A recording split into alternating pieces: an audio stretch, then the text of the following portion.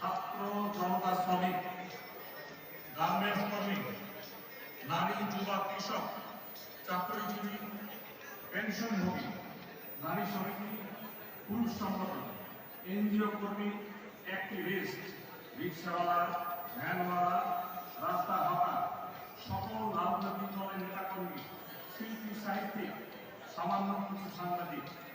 সাংবাদিকের আগে কিন্তু আমি লিখেছি সামান্য কিছু সাংবাদিক, সকল সাংবাদিক এখানে ছিল না।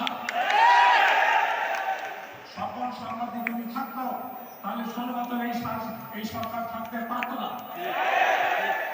এই জন্য এই কথাটা লিখেছি। আমি কিন্তু যখন কথা বলি তখন বলি আমাদের মিডিয়া ফ্রেন্ডস, এই কথা বলি আমি সম্বোধন করি, কিন্তু এই কবিতায় লিখেছি সামান্য কিছু সাংবাদিক।